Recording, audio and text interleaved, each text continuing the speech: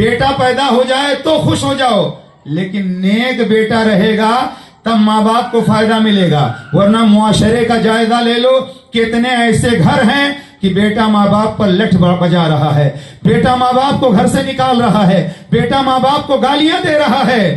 بیٹا نیک ہوتا تو ماں باپ کو گالیاں نہ دیتا، ماں باپ کا احترام کرتا، ماں باپ کی عزت کرتا۔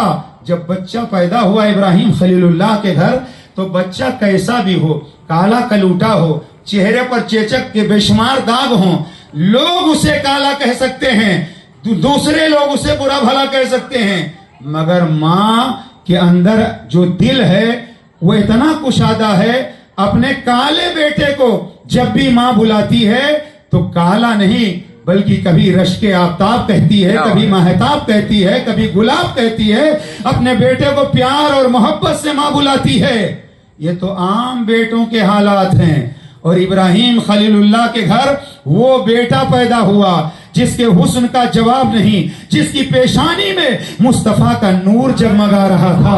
وہ حضرت اسماعیل علیہ السلام جب پیدا ہوئے تو یہ بھی سن لیجئے، کسی کے ہاں 2 بیویاں ہوں، ایک بیٹے ایک بیوی سے اگر بیٹا یا بیٹی پیدا ہو، دوسرے سے نہ پیدا ہو تو پھر اندر تھوڑی سی تکلیف بڑھ جاتی ہے۔ حضرت سارہ کے گھر کوئی اولاد نہیں، ہاجرہ سے جب بیٹا پیدا ہوا تو حضرت سارہ نبی کی بیوی ہیں، مگر امت کی تعلیم کے لیے دیکھو، حضرت سارہ کو رشک ہوا، حضرت سارہ نے قسم کھا لیا، کیونکہ بیٹا پیدا ہو جانے کے بعد میں جو ماں ہوتی ہے، باپ ہوتا ہے، جھکاؤ بیٹے کی وجہ سے اس کی طرف زیادہ ہوتا ہے۔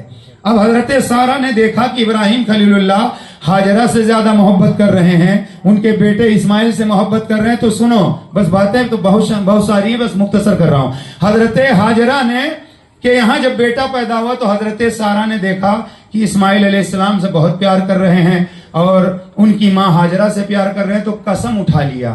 کس نے؟ حضرت سارہ نے قسم کھا لیا۔ کیا قسم کھایا؟ کہ ہم موقع اگر ہمیں ملے گا تو ہاجرہ کے میں 3 عضو کاٹ دوں گی۔ عضو کہتے ہیں حصے کو، ٹکڑے کو، بدن میں کہیں کے بھی ہم 3 حصے کاٹ دیں گے۔ کس نے کہا؟ حضرت سارہ رضی اللہ تعالیٰ عنہ نے قسم کھا لیا۔ اللہ اکبر۔ اب اس کے بعد جب ابراہیم علیہ السلام کو پتا چلا تو جبریل امین نے آ کر بتایا، ابراہیم علیہ السلام سے کہا کہ اللہ نے حکم دیا ہے سارہ سے کہو ہاجرہ کے کان ناک چھید دیں، قسم پوری ہو جائے گی۔ اسی کے بعد سے یہ رواج جاری ہوا ہے کہ عورتوں کے کان اور ناک چھیدے جاتے ہیں حضرت سارہ کی قسم پوری کرنے کے لیے۔ اور بہت سارے آج کے نوجوان بھی کان چھدا کے گھومتے ہیں۔ میرے بھائی، محبت سے ان سے میری گزارش یہ ہے کہ کان میں عورت جب زیور پہنتی ہے تو وہ حسین معلوم ہوتی ہے۔ تمہیں اللہ نے مرد بنا کے پیدا کیا تو عورت کیوں بننا چاہتے ہو؟ اللہ نے مرد بنا کے بھیجا ہے تو عورت کیوں بننا چاہتے ہو؟ کان ناک چھدانا یہ عورتوں کے لیے ہے، مردوں کے لیے نہیں ہے، مردوں کے لیے نہیں ہے۔ اور سونے کی بالی والی جو پہنتے ہیں، مرد کے لیے سونا تو پہننا ہی حرام ہے، عورتوں کے لیے ہے۔ زیور سے عورت خوبصورت لگتی ہے، مرد نہیں، پھر تو پہچاننا مشکل ہو جاتا ہے کہ یہ ہے کہ وہ ہے کہ بیچ والا ہے۔ اس لیے زیور یہ مردوں کے لیے نہیں۔ ہاں، 4.5 ماشا سے کم وزن کی ایک انگوٹھی اگر کوئی چاندی کی پہننا چاہے تو پہن سکتا ہے، 2 3 4 انگوٹھی کی بھی شریعت میں اجازت نہیں ہے۔ تو کہیں بات دور نہ نکل جائے، میں عرض یہ کر رہا تھا کہ کان ناک اسی وقت سے یہ رواج ہوا۔ یہ جانکاری ملی کہ نہیں ملی؟ میں ہمیشہ کوشش کرتا ہوں کہ وہ باتیں بتاؤں جس سے آپ کا علم بڑھے، آپ کے علم میں اضافہ ہو۔ اب اس کے بعد میں اتنے سے جب کام نہیں چلا تو حضرت سارہ رضی اللہ تعالیٰ عنہ نے فرمایا ابراہیم علیہ السلام سے، اپنا بیٹا لے لو اور اپنی بیوی لے لو، گھر سے نکل جاؤ۔ حضرت اسماعیل ابھی گود میں ہے، دودھ پینے کا زمانہ ہے۔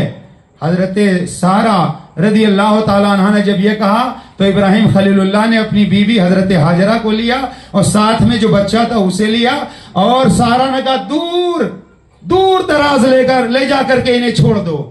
اللہ کی مصلحت تھی، حضرت ابراہیم علیہ السلام اپنی بیوی ہاجرہ اور اسماعیل کو لے کر چلے. چلتے رہے. ایک ایسی جگہ آئی جہاں کوئی پھول نہیں, جہاں کوئی پھل نہیں, جہاں کوئی درخت نہیں, جہاں کوئی ہریالی نہیں. چاروں طرف پہاڑ ہی پہاڑ دکھ رہے ہیں. چھوٹے چھوٹے کہیں ببول کے کانٹے دار درخت نظر آ رہے ہیں. وہیں لے جا کر حضرت ابراہیم علیہ السلام نے دو پہاڑوں کے درمیان حضرت ہاجرہ کو اور حضرت اسماعیل کو چھوڑا اور واپس جانے لگے. جب واپس جانے لگے تو حضرت ہاجرہ نے کہا حضرت ابراہیم سے, کس کے بھروسے مجھے یہاں چھوڑ کر جا رہے ہیں؟ کوئی مکان نہیں, کوئی آبادی نہیں, کوئی بستی نہیں, آپ کس کے بھروسے مجھے چھوڑ کر جا رہے ہیں؟ ابراہیم علیہ السلام نے کوئی جواب نہیں دیا. پھر حضرت ہاجرہ نے پوچھا, پھر کوئی جواب نہیں دیا. تیسری مرتبہ پوچھا, پھر جواب نہیں دیا. تو حضرت ہاجرہ نے کہا کیا اللہ کا حکم ہے؟ تو ابراہیم علیہ السلام نے سر ہلایا.